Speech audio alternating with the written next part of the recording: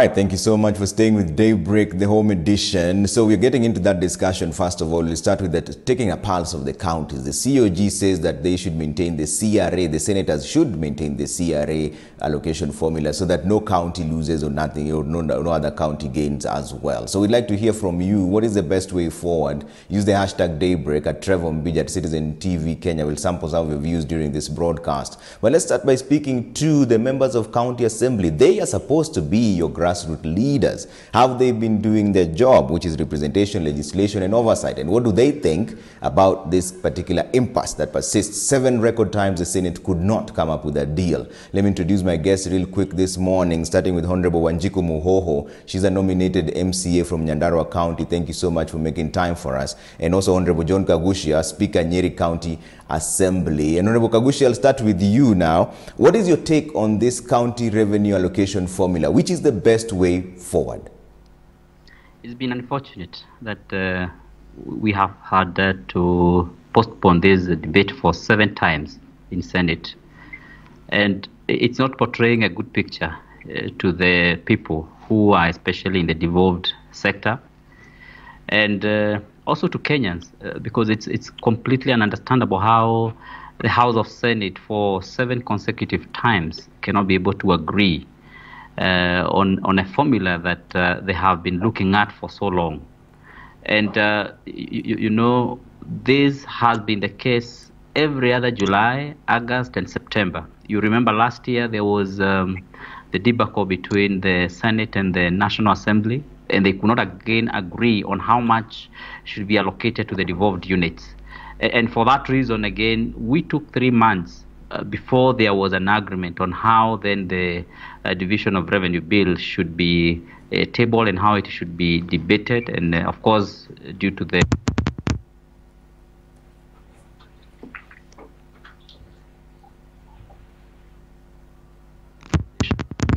when this is happening, people on the ground still expect services to be delivered to them. And you see, they cannot sometimes, of course, understand that there is no money which has been released from Treasury. So as we talk now, there has not been any funds available for development, even for recurrent, even for salaries on the ground. And so for us, this affects us directly. And that's why we would want to call upon the Senate to sit down and get more serious about agreeing on this. And again, the issue of having to only debate on Tuesdays is also hampering a proper resolution of this matter. Because if this postponement, for example, was done from Tuesday to Wednesday, to Thursday, then of course you see the 7 times would have been within the same week, or 2 weeks or 3 weeks. But now you see 7 times also means a very, very long time, and definitely this is going to be very, very impactful negatively to the county governments and even to the services that are delivered to the people of our republic. And of course you see a lot of very critical and important services have already been devolved, and so this delay hence affects directly people who are on the ground. Yeah. Honorable Kagushi, I'll come to you to tell me what you think is the best way forward on this delay. But let's talk to Honorable Muhoho now. Wanjiku Muhoho, she's a nominated MCA from Nyandarua. Wanjiku, what do you make of this impasse? What do you think is the best way forward? Trevor, what I think is the senators knew the CRA is coming. And this, I'm happy they've postponed, and they said they need time, maybe they need time to consult and all that, but they knew it was coming. So I don't see why we should be debating it 7 times, postponing the sittings of the assembly. They should decide on it once and for all, because they are representatives of the people. They know once, like my colleague said, once we do not have money in the counties, service delivery is almost impossible. And as county governments, we depend on this revenue to, to build those ECDs, to build roads, to deliver services to the people. And as my colleague has mentioned, we've devolved many services, including health, which is very, very critical right now. So my take is they should once and for all decide on this on this CRA.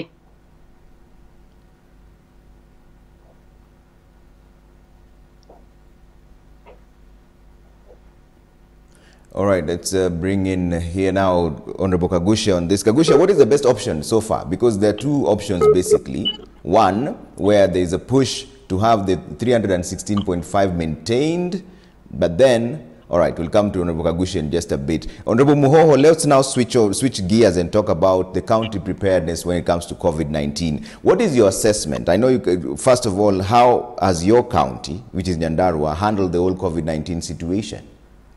Yeah, I'll first speak of Nyandarua, yes. As an assembly, because that's where I am, I'm in the assembly. As an assembly, let me say we passed the budget in time, the 264 million to respond on issues to do with COVID. And unfortunately, we also had a member, not a member of the county assembly, but one member of our staff testing positive, and another member from the executive side. We had three in total. And it exposed us in a very bad way, because we had since March to prepare for, to respond to this COVID. And what we found out as an assembly, we sent our committee, and we found out that the isolation center we had, there were issues which maybe were expected because it was the first time we were experiencing COVID. There was no water in the health center that's supposed to be the isolation center. The beds didn't have the beddings.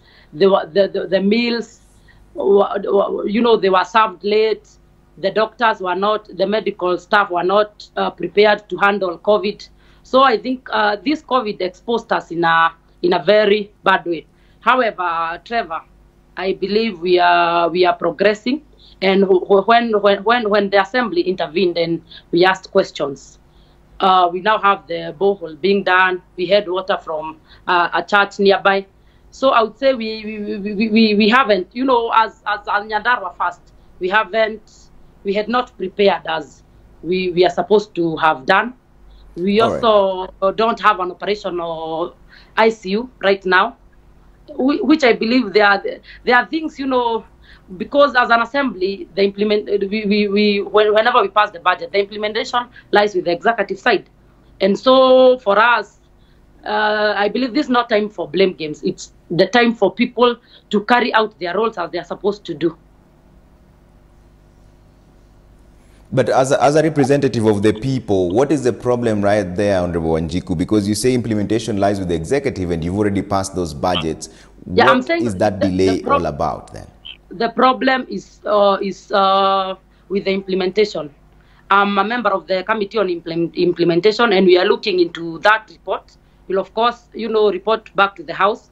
And all I can say is that the problem is with the executive side. It's not with the assembly. It's the implementation part of it. Because for us, we passed the budget.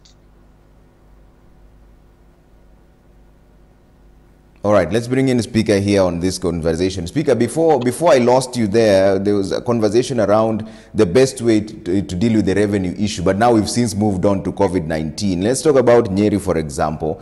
Are you satisfied with the preparations so far?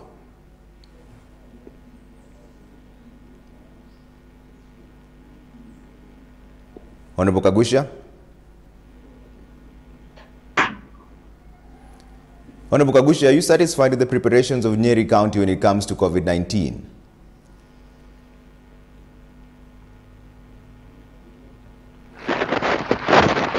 All right, we seem to be having a bit of a challenge with the sound from the speaker there. That's John Kagusha. We'll try and fix that and get back to him in just a bit. Honorable Wanjiku, yes, let's stay with the COVID-19 issues so far. You've said in Nyandarua now there's still no ICU bed as it stands. But what are the priority areas for MCAs? Because your role is supposed to be representation, legislation, and oversight.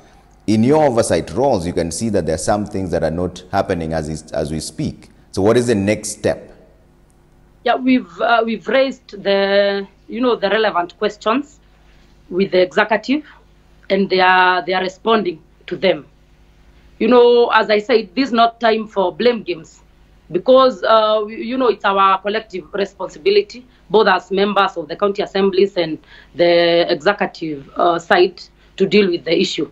So what we are doing as an assembly is raising the relevant questions and ensuring, like for example, that ICU is fast tracked, so that when we have cases and when we have, we are lucky, the cases we had were asymptomatic, We do not know what will happen next.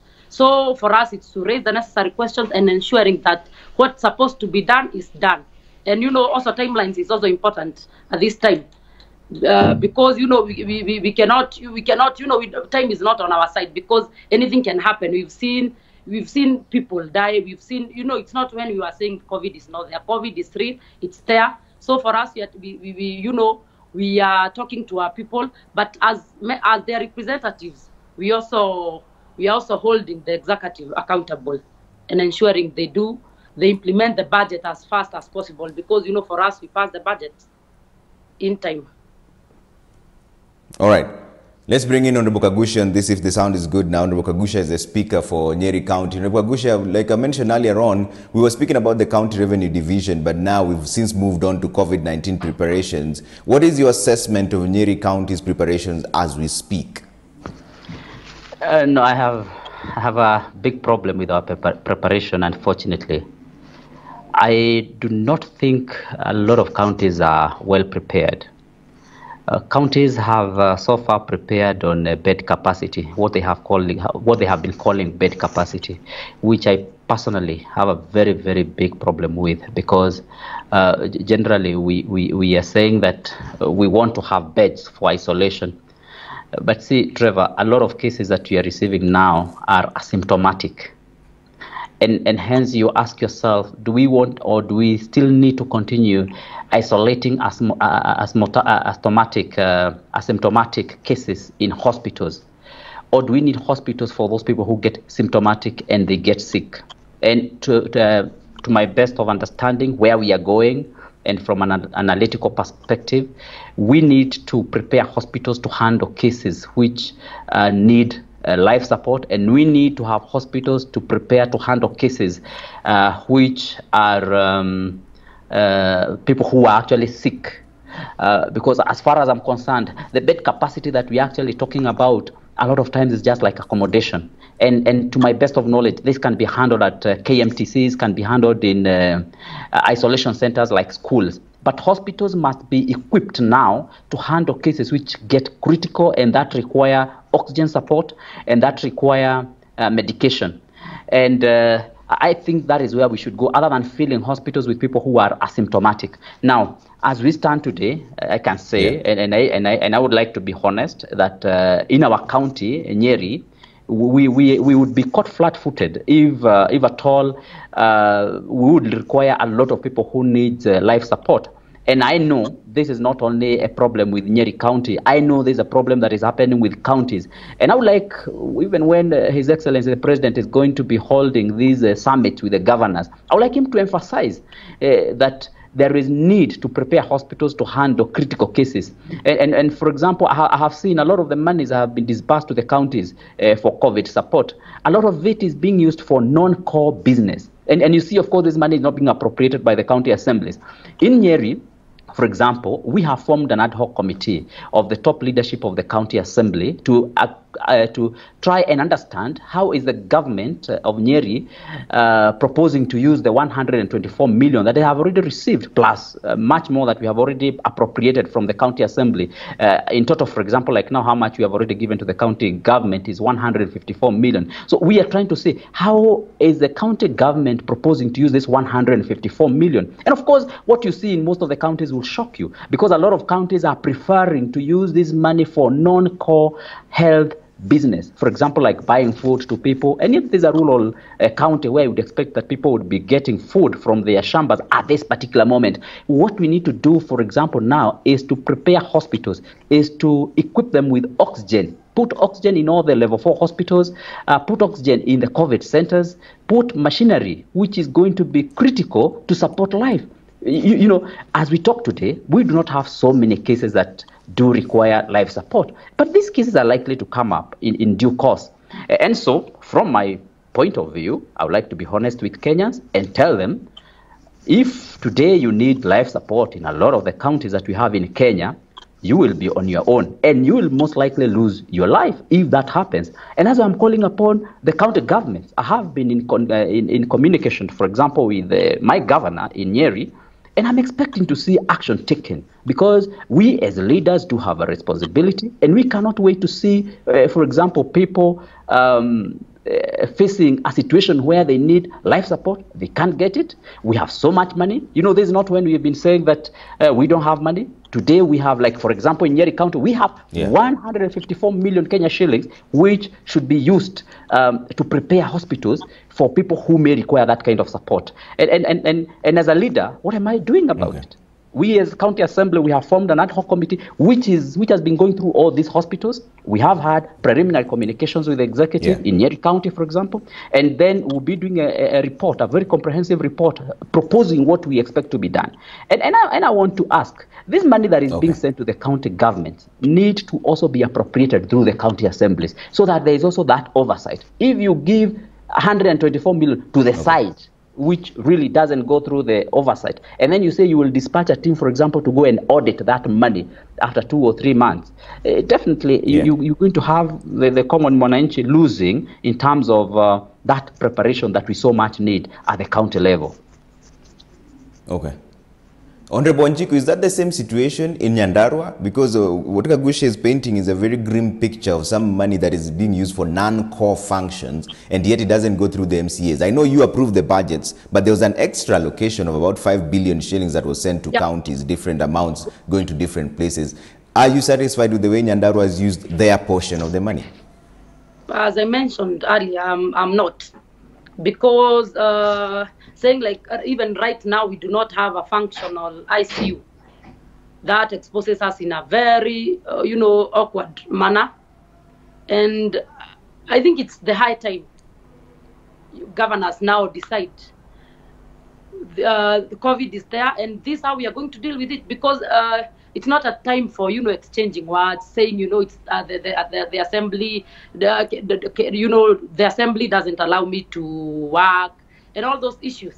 They need to once and for all decide we have COVID, and to prepare in line with the Ministry of Health guidelines, because we also had the home care. We have the home care issues, and as Kagusha has mentioned, most of maybe the people we are getting that are testing positive are asymptomatic. We do not have a way how they can be taken care of at home. We do not have trained health professionals to deal with the COVID cases. All we are saying is let our priorities be put in order. We know ICU is a priority. The isolation beds might not be a priority, but training of the health professional is also a priority right now. So I think it's the high time governors now relooked into the way they are dealing with this COVID issue and how they are spending the money meant for COVID response. Honorable Njiku, what would you say to the people, the critics who say that MCAs are simply sabotaging governors? And you've alluded to it by saying that this is not the time for people to say the assembly is not allowing me to work. But is there some truth to it? No, especially in the case of Nyandarua and many other counties, because I have friends all over. There is no sabotage at all whatsoever. There is no sabotage. But whenever governors are not able to implement the budget, when they are blamed, they always, of course, most of them say the assembly. Instead of correcting their mistakes, they say the assembly. But they are not pointing out where exactly in our roles have we failed. Have we passed the budget?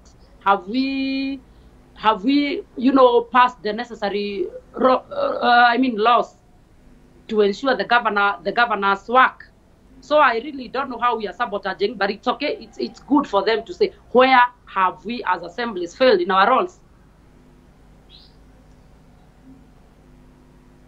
All right, Honorable Kagusha, I'd like you to talk about the same conversation there. Because there's an allegation that most MCAs, of course, want to ascend to different seats, either MPs or senators or governors, and therefore they're deliberately curtailing and sabotaging the governors simply because they want to take over after them. Well, I have not really heard of MCAs who want to be governors, but MCAs do have a constitutional mandate to oversight how the county is operating, and really that is an expectation every Kenyan should have, that MCAs are supposed to oversight. And I know I don't like how people treat members of county assembly a lot of times, because when there's too much quietness and governors misuse the resources at the county level, who do you blame most? It is members of county assembly. You say members of county assembly have been compromised and they have gone to bed with the county executive. But again, when members of county assembly talk, is like you also don't expect them to talk. Okay, of course, I know that we could also be having sometimes lack of wisdom at the county levels, where some of the members want to start with impeachment, for example, of the county executive, other than pursue every other available avenue to resolve the issues. For example, like I'm alluding to the issues that we think as county assemblies are not being executed properly. We are not talking of impeachment. We are not fighting the governor. We have so much respect for our governor. For example, we do sit with him and talk. We have even inculcated some kind of friendly working relations. But you see, that doesn't mean that when I see things going wrong, then I don't raise my voice. And by the time you're raising your voice, you have engaged in very, very diplomatic approaches into the issue. You have engaged the executive and you have told them this is the way we also think things need to be done. And MCAs are not unnecessary evil. MCAs are not a nuisance. MCAs are elected. They are there by right. They are constitutionally in office, and they have a constitutional mandate to talk. So when members of county assembly talk, they need to be listened to. For example, the issues I have alluded to here, I have said that on national television, that we are not prepared in counties, and that most of the counties, and I dare say probably most of more than 42 counties in Kenya today, if they only needed to support 2 people or 3 people or even 4 people, just support their life who are COVID positive, most of the counties will lose those people. And can you imagine if we are talking of having a climax in September? What does that mean? In a county like Nyeri, where we have non-communicable diseases which are prevalent, high blood pressure, diabetes, when you have those kind of cases, for example, in a county like Nyeri, and then you reach the climax in September, that means that in a week, you may need to support more than 20 people to survive. And when the last time I checked, about 3 weeks ago, I saw that out of 160 people who had been on the ICU, 93 of them had recovered. That means the recovery level and the recovery rate for those people who are supported through the ventilators, through the ICU, through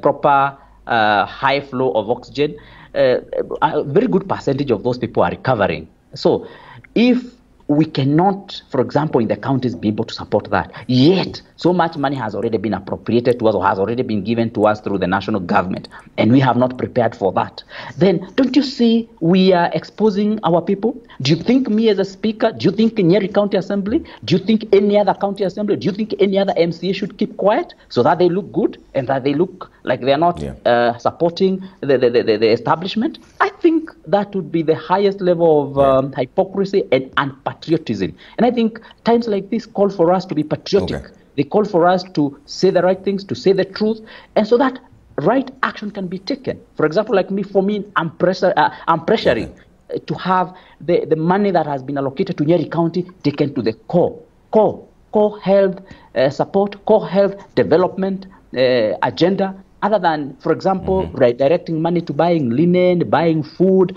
buying too much sanitizers to take to, we need to really focus on oxygen support, ventilators, high flow oxygen, ICUs, HDUs. We need to have functioning COVID centers so that we can support our people. All right. Honorable Wanjiku, are you alive to the fact that there's going to be possible massive misuse of money and corruption? Because you just said this money, some of it doesn't come through MCAs, and therefore there's really no oversight. It came directly from the national government to the governors, and now you're saying they're not using the money appropriately. What options now are left? Are you keeping an eye on these monies? And then can you talk about it to the EACC or something? Yeah, luckily for us in Nyandarua, there is always a possibility of the information flowing to the assembly, because you also have people from the executive side who, of course, are also not comfortable So I believe eventually we'll also know. For us, we are first, looking, and as I said yesterday, the Committee on Implementation, which I'm a member of, we were looking into the report of how the money, now the one that passed through at the Assembly, has been utilized. I also believe the other part will also be able to know how it's been utilized, because that doesn't mean we cannot ask questions, we cannot raise questions on the same as an assembly, because as people's representatives, we also have the mandate of knowing how money that, of course, came to deliver service to them from the national government is also used in the right manner. So I believe, we cannot say that there won't be or there will be corruption, but as an assembly, Trevor, I'm assuring you, we'll do what needs to be done to ensure the right information, we get the right information, and to ensure that those monies are used to the last shilling to do, All right. to do what's supposed to do. Okay. Honorable Kagusha, final remarks on this. How do we ensure there's no pilferage of this money? I sincerely want to call upon our executives across the country. And when I say this, I'm talking about all the governors. I'm talking of the CCs in charge of finance. I'm calling upon also the CCs in charge of health, that at the grassroots level, we need to ensure that the monies that we are receiving is being directed to the proper use. And again, also, I want to call upon the county assemblies to move very fast also to establish mechanisms on how to oversight these funds that are being allocated to the counties.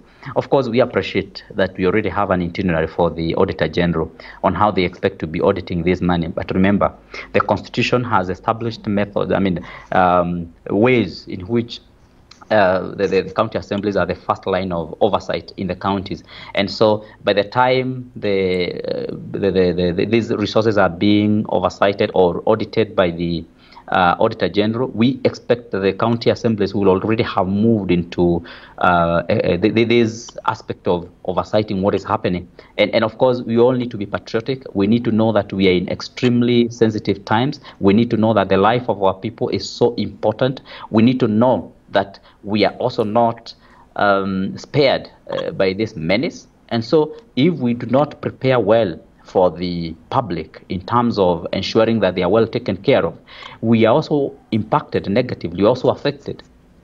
Your constituents, your relatives, yourself as a person as well, you are also impacted negatively by this menace, the pandemic. And so we've got to do the right thing. We've got to honor our electorate at this particular time and ensure that every single shilling that we are receiving is being utilized for the benefit of common mwananchi. This is really not time for entrepreneurship. In fact, if one ever thought of doing entrepreneurship, it is not using these resources on the ground that have been released for the common mwananchi. All right. Thank you so much for speaking to us this morning. Honorable John Kagusha, Speaker, Nyeri County Assembly, and Honorable Wanjiku Muhoho, Nyandarua County nominated MCA. Thank you so much for making heads and tails of that conversation in terms of COVID-19 preparedness. We'll keep an eye on most of the counties, just to get a pulse of all of them actually, just to know how prepared they are from the grassroots level. But on this time now, we're taking a quick break here on Daybreak. When we come back, it's Bulls and Bears Thursday, so we'll try and find out from the people on the ground whether there's any cash flow there. How is their businesses going on? How they coping in this COVID-19 times, just to see if business works or not. We'll start with Nakuru and then talk about this issue with the Some Economist as well as our guest. All right, we're taking a quick break here on Daybreak. We're back with more in just a bit. Don't go too far. You can have your Uji though.